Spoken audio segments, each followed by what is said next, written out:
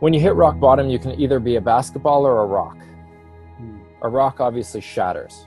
A basketball absorbs the energy, deforms momentarily, and then skyrockets into something way further than rock bottom.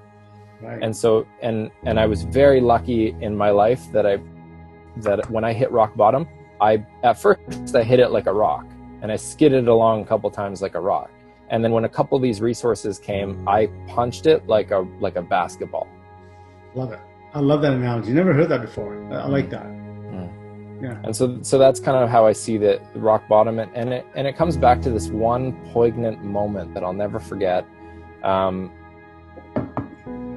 I was driving down Fanshawe Road in London, Ontario, 2:00 in the morning, and I was driving out to Sobeys to get some kind of shitty food just to self-medicate. Depressed, it was up late at night, I was feeling awful, just, every negative emotion you could imagine, and the only medication that I had was I'm going to go and numb myself with food. Ice cream, donuts, cookies, anything sugary that I can just, obliterate myself to go into sleep and not thinking.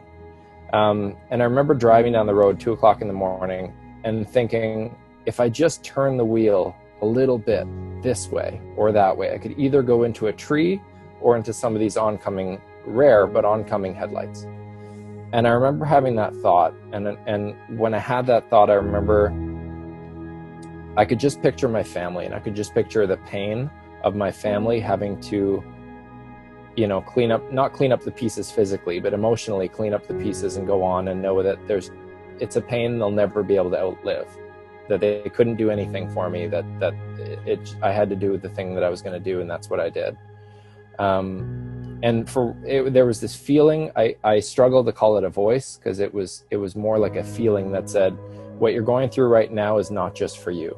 Somebody somewhere at some point down the line that you haven't even met is going to need you to have been through this shitty moment and survived this shitty moment so that you can still be alive and present with the knowledge of this moment to help them then. Don't turn the wheel. And that was, I'll never forget that one moment, because it's the closest I came to killing myself, and I could have in 5 seconds. And so that sets the backdrop for me for a lot of now what's my passion. I'm obsessed with doing what I'm doing right now. I can do it 16 hours a day and not feel like I have to do it. Like I'm built for this, I'm made for this, I'm young, I've got energy, like let me at it, coach, kind of thing. Because all of that to me is like, where are the people that I'm supposed to help? I'm ready. I'm coming. Hold on, kind of thing.